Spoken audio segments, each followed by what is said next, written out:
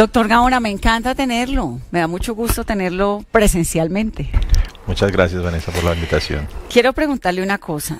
En 1985, cuando su papá murió, lamentablemente en la toma del Palacio de Justicia, ¿usted cuántos años tenía y qué hacía en esa época?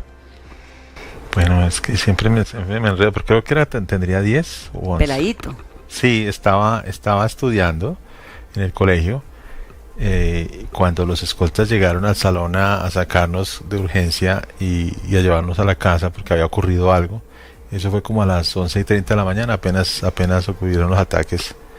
Eso estaba haciendo en el colegio Claustro Moderno, Sí. que era del magistrado Carlos Medellín, precisamente. ¿Y qué recuerdo tiene de ese día? Uy, pues yo recuerdo obviamente la televisión, los bombazos en la radio. En Radio Caracol precisamente escuchamos a Yamid Amad. Yamid. La transmisión, las 28 horas que estuvo ahí conectado en todo el tiempo en el micrófono. Pues eso lo marca uno para siempre, ¿no? Porque los disparos se escuchaban todo el tiempo. La entrevista de este coronel Plazas también me marcó bastante. Por la democracia, maestro. Sobre todo que decía, no sabemos quién esté ahí. Y si a mí me disparan, yo disparo, no sé usted. Esa frase, más que la de la democracia, me impresionaba, porque a los pocos minutos vimos ese roquetazo contra la pared y uno decía, pero si están ellos ahí, si llegan a estar ahí. ¿Y su papá estaba allá adentro? Estaba adentro, no tan cerca de ese, pero estaba adentro, y obviamente eso impactó bastante la edificación y esa forma de rescatar a los rehenes, única en la tierra, ¿no? Abriéndole con tanques de guerra, abriéndole huecos a las paredes, como que no tiene en cuenta la integridad, si no bien del edificio, por lo menos de los seres humanos, ¿no? Claro. ¿Y eso lo marcó a usted cuando me dice que lo marcó para siempre? ¿En qué sentido? Además de haber perdido al papá, por supuesto, supongo que su pasión por la política, por la Constitución, por todo esto, ¿viene de allí o de dónde?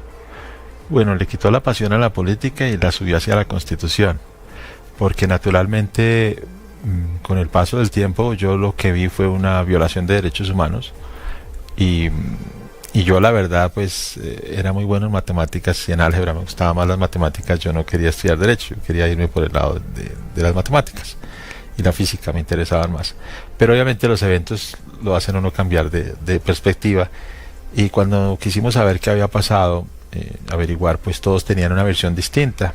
La versión de la guerrilla era que eran víctimas, la versión del ejército es que estaban defendiendo la democracia, maestro. Y entonces, pues, ¿quién los mató? Alguien los tuvo que haber matado. Entonces, después, con los años, los dos eran héroes y ellos nunca hubo justicia, y además de eso había desaparecidos también. Claro, todavía. Todavía. Entonces, no había ninguna respuesta clara y dije, bueno, va a tocar uno averiguarse uno mismo porque las autoridades no lo están haciendo. Algunos esfuerzos de jueces importantes, valientes, como el juez 30 de instrucción criminal en su momento, que logró incluso acusar a la cúpula del M-19, o la fiscal, la juez sin rostro en el 92 también, fueron simplemente a los indultos, ¿no? Y a la impunidad de esa organización terrorista. Pero ya con el tiempo, pues obviamente estudié, trabajé con el delegado de Naciones Unidas, me formé en el área de derechos humanos también, el derecho constitucional, y ya pude establecer una investigación sobre las investigaciones, dónde falló, etcétera. Y encontrar la verdad pues ya era más fácil, y naturalmente pues sabía de niño que estaba viendo algo terrible, de adulto ya entendí que estábamos viendo crímenes contra la humanidad en vivo y en directo. Claro. Entonces, aunque los han tratado de reescribir y que lo que vimos no lo vimos, que lo que escuchamos no escuchamos, y que las palabras de los unos y los otros nunca existieron, han sido reemplazadas por una narrativa de la historia, precisamente por los responsables, para que pues tengamos el presente que tenemos y eviten que tengamos un futuro diferente. ¿De qué manera se conecta ese episodio del 85, que yo también creo que marcó de una forma muy radical la historia de Colombia, con el momento presente, con toda esa violencia que hemos vivido? Es que Colombia es un país atravesado por la violencia como si fuera un destino que no puede lidiar. Pues nosotros podemos conversar de muchos tópicos, pero realmente el problema de fondo de esta nación son las drogas. Los narcóticos. Sí, la cocaína lo fue en el 85 y lo es ahora. Entonces yo lo que diría es que ese problema, ese elefante blanco que nunca hemos querido resolver de fondo, simplemente nos ha llevado a los protagonistas y en gran medida a muchos de los líderes que el país no se merece. Y se conecta porque no solamente secuestraron a justicia. Yo he dicho que ese día secuestraron a justicia. ¿Quién lo secuestró? ¿Pablo Escobar? Claro, haciendo el mandado, pues el M-19 naturalmente. Sí, haciéndole el mandado a Pablo Escobar. Por supuesto, el criminal más poderoso en la tierra en noviembre de 1985, no solo en Colombia, en la tierra, organismos de inteligencia, etcétera. En la página manuelgabanacruz.org está los informes de inteligencia, todo lo que determinaba el negocio más rentable de la tierra en ese momento, la organización criminal más poderosa de la tierra, con capacidad de pagar la deuda externa del país.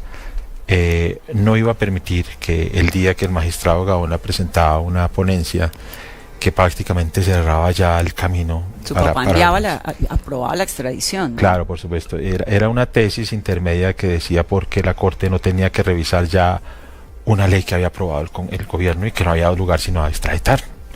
Entonces, el primero en la lista, o los primeros de la lista, era naturalmente Pablo Escobar, los Ochoa, etcétera. Entonces, la historia que le quisieron vender a los colombianos es que el día en que se estaba decidiendo eso, la Sala Constitucional era la única que estaba en eso, quedó en las actas. El secretario de la Sala Constitucional dijo, bajo la gravedad del juramento, que en las primeras balas que rozaron las sillas de los magistrados, Manuel Gaona Cruz estaba en uso de la palabra explicando la importancia de la extradición desde la historia de Francia, etcétera, y por qué funcionaba esa tesis en Colombia. Entonces, obviamente, esa sentencia, después de eso seguía era la extradición, no había camino a otra cosa diferente. Entonces, la historia que le quisieron vender a los colombianos era que ese día, pues ellos entraron por un tema de acuerdos de paz, etcétera. Una corte que no tenía nada que ver en los acuerdos de paz no participó en ellos, y para hacerle un juicio a un presidente.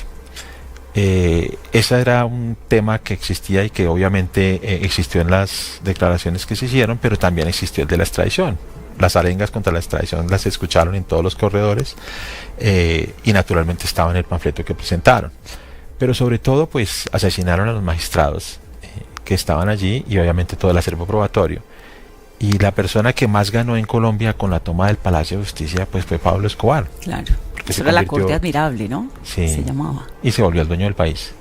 El dueño del país, y llegó a someter al país, al gobierno. Se construyó su propia cárcel. A los funcionarios públicos tenían que pedir cita para irlo a ver. Entonces llegamos a un estado, a un narcoestado.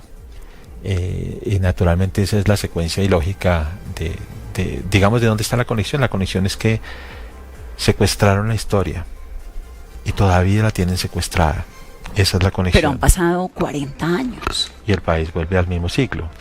Y no le permiten conocer un futuro diferente. En un momento en que la sociedad y la humanidad está resolviendo otros problemas, están viviendo otros problemas. Aquí hablamos de reforma agraria, por ejemplo.